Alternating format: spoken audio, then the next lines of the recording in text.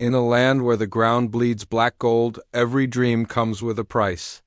The fields whisper promises of fortune, but in the shadows, power is traded like currency, and loyalty is never free.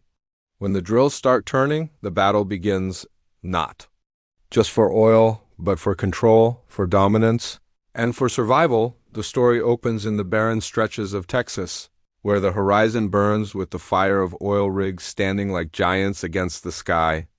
The land is dry, cracked, and unforgiving, but beneath its surface lies a treasure that can make men into kings or ruin them in a heartbeat. This is not a place for the weak.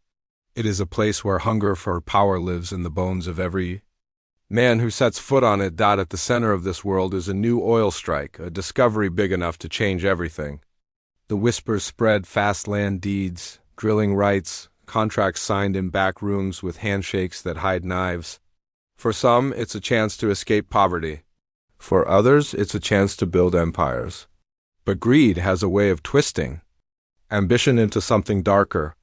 Men who once dreamed of security now dream of dominance.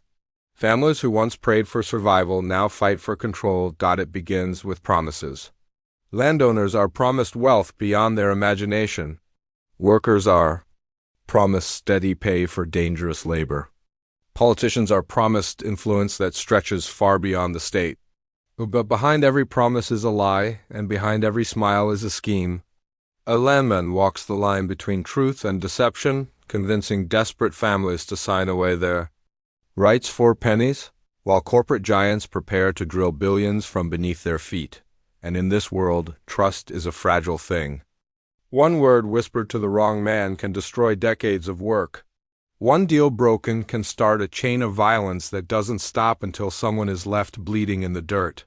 The first season showed the cost of these games, the betrayals, the sacrifices, the blood spilled in the name of progress. But now, as the second season begins, the game grows even more dangerous. The field is no longer just about oil. It's about power, legacy, and revenge. Men who were allies in the past now stand as enemies. Families who once shared dinner now sit at tables divided by greed. And in the middle of it all, the land itself becomes a battlefield, each acre fought over like it holds the key to destiny. The new strike doesn't just promise wealth. It promises war. A war fought not only in boardrooms and contracts, but in the hearts of those who believe they can control it. Yet no one controls oil. No one controls greed. The land consumes all who try to tame it. The people who rise think they are uncheckable. But every empire built on lies eventually begins to crack. And as the drills pound deeper into the earth, the cracks begin to spread, not just in the ground, but in the souls of those who chase fortune. This is the beginning of the season of betrayal. The season where greed blinds men to the cost of their choices. The season where even the most loyal find themselves questioning the price of their allegiance.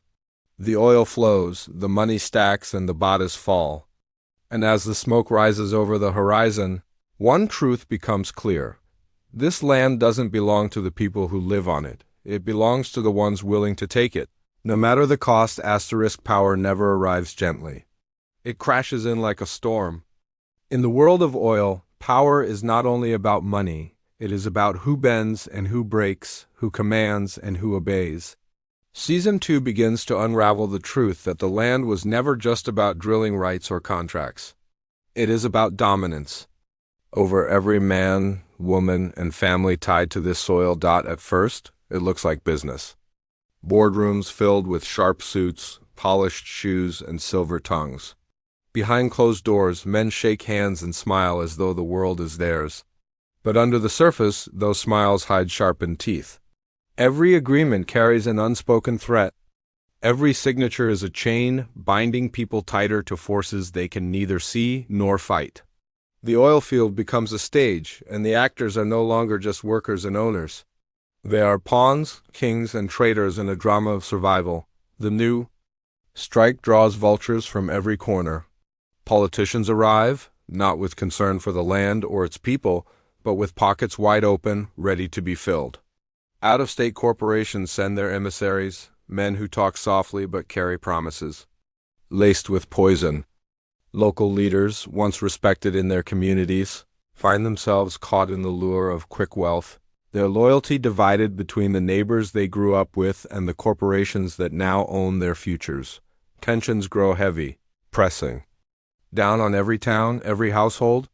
Families who once broke bread together now glare at each other across fences. Brothers fight over deeds, fathers disown sons who refuse to sell, wives plead for security while their husbands gamble everything for power. What was once a community is now a battlefield, its lines drawn not in sand, but in contracts and secrets. In this season, betrayal does not come from strangers, it comes from the people closest to you. A trusted friend sells you out for a better deal. A loyal partner chooses survival over brotherhood. A whispered word in the wrong ear becomes a knife in the back. And as the money flows, so does the blood. What begins with a handshake in a polished office often ends with violence in the dirt. The land feeds this hunger. Every barrel pulled from the earth becomes another spark in a fire that cannot be controlled. Those who rise to power believe they have mastered it. They believe they can outthink, outfight, and outlast their rivals, but power has no master. It corrupts the ambitious, blinds the cautious, and consumes the innocent. Season 2 shows the cost of these illusions. Power promises control, but it delivers chaos. Men who thought they held the world in their fists watch it slip like oil through their fingers. Women who fought to protect their families find themselves entangled in plots far larger than they imagined. Children grow up in houses where dinner conversations are filled with whispers of threats, debts, and betrayals. No one escapes untouched. This is not a simple battle between good and evil. It is a war where every side believes they are right, and every victory demands a sacrifice. The leaders who stand tallest often fall the hardest, dragged down by their greed or betrayed by their closest allies. And in the end, the land takes back what was stolen from it. One way or another. As the season unfolds, the question grows louder. How much power is enough? For some, enough never comes. For others, the moment they taste it, they realize they have already lost. In this world, you do not hold power, you survive it. And survival comes at a cost no one is truly ready to pay. Betrayal is never sudden, it creeps in quietly like a crack in a dam. At first, no one sees it.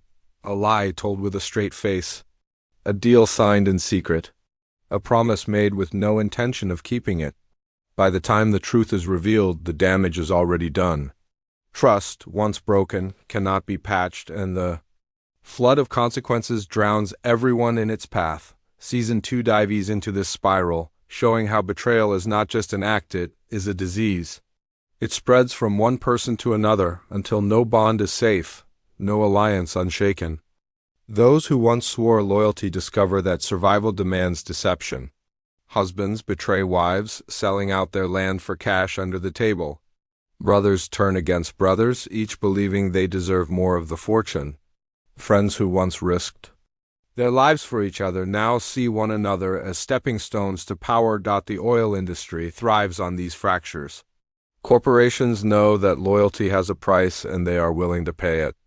They whisper promises into the ears of desperate men, offer bribes disguised as opportunities, and plant seeds of doubt where trust once grew strong. The result is chaos. Alliances crumble, partnerships dissolve, and enemies are made not because of hatred, but because of hunger. But betrayal is not only about money, it is about survival. The pressure builds until people do what they swore they never would. A father betrays his son, believing it will protect the family. A wife betrays her husband, convinced it is the only way to keep her children safe. Partner betrays his friend, not out of malice, but out of fear that he will be betrayed first. Each act of betrayal creates a ripple, pulling more lives into its spiral, until the entire community is caught in a storm of suspicion and revenge.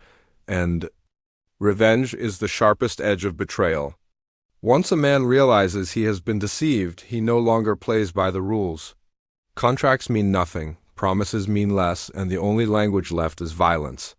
Fistfights in the streets, gunshots in the dark, car chases down empty roads. Betrayal does not end with silence, it ends with fire. In this world, betrayal breeds retaliation, and retaliation breeds war. Season 2 captures the suffocating weight of these choices. Every character carries scars, both visible and hidden. They learn that betrayal does not always come from the enemy. It comes from the person sitting across the dinner table. It comes from the handshake they trusted. It comes from the smile they believed. And the more they chase power, the more they find themselves surrounded by knives pointed at their backs.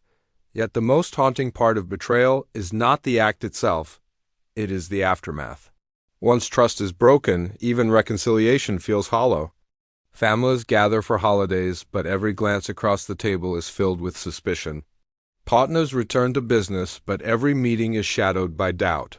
Love, friendship, loyalty, all poisoned by the memory of being deceived. This spiral does not end quickly. It spins faster, tighter, until the only way out is destruction. Season 2 asks the brutal question, what is left of a man when he has betrayed everyone he loves, and everyone he fears has betrayed him? In this world, betrayal is not a single act, it is a cycle. And the cycle consumes everything it touches, leaving nothing behind but ashes, oil, and regret. Every story of greed and power ends the same way, with a fall. The men who thought they were untouchable begin to stumble, and the empires built on secrets begin to collapse. In Season 2, the land itself feels heavier, as if it knows the blood spilled on it, as if it carries the weight of every lie and betrayal. The ground that once promised fortune now reeks of ruin, and those who fought hardest to rise are the very ones who fall the hardest. It does not happen all at once. The reckoning begins with small cracks, contracts that fail, debts that cannot be paid, allies who vanish when the money runs dry. Suddenly, the oil rigs that once stood as monuments of triumph turn into symbols of greed. Flames from burning fields rise higher, painting the sky red, a warning that the world built on betrayal cannot last. What began as opportunity has become a curse, and the curse spares no one, the powerful men, the ones who strutted through boardrooms and manipulated entire towns with their promises, begin to see their thrones crumble. Some are dragged into courtrooms, their crimes exposed under the sharp light of justice. Others are hunted by those they betrayed, their lives ending not with applause, but with silence in the dirt. A few cling desperately to what remains, but even they learn that power is a storm, it cannot be held forever, only endured. But the reckoning is not just for the leaders. It spreads through the families, the workers, the communities who once placed their faith in oil. Children grow up watching fathers consumed by greed, mothers broken by betrayal, entire households fractured by choices that can never be undone. The wealth that was promised never arrives, and in its place comes despair, anger, and loss. The land remembers every drop of sweat, every deal, every scream, and it demands payment in full. The fall is not always violent. Sometimes it is quiet. A man sitting alone in his empty house, the fortune he dreamed of gone, his family no longer by his side. A woman who once believed in security realizing she traded love for ashes. A community that looks at itself and sees only scars where trust used to be.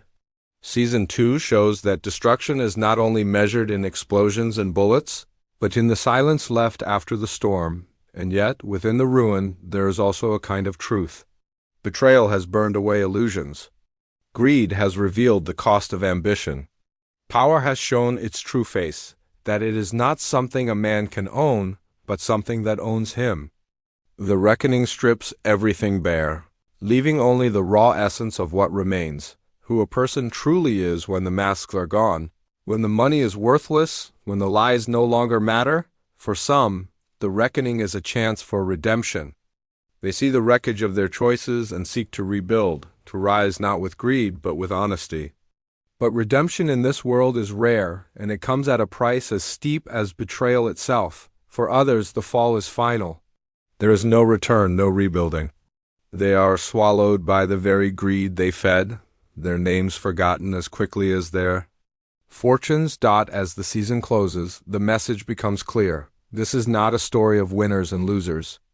It is a story of cost. Every barrel of oil pulled from the ground, every dollar earned, every promise broken, it all carries a price. And when the final tally is made, no one walks away unscarred. The land, scarred and bleeding, remains silent and unyielding.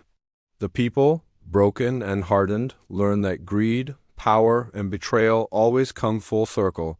The fall is the end of illusion. The reckoning is the truth. And the truth is this: in a world built on lies and hunger, survival is not about what you gain, it is about what you are willing to lose.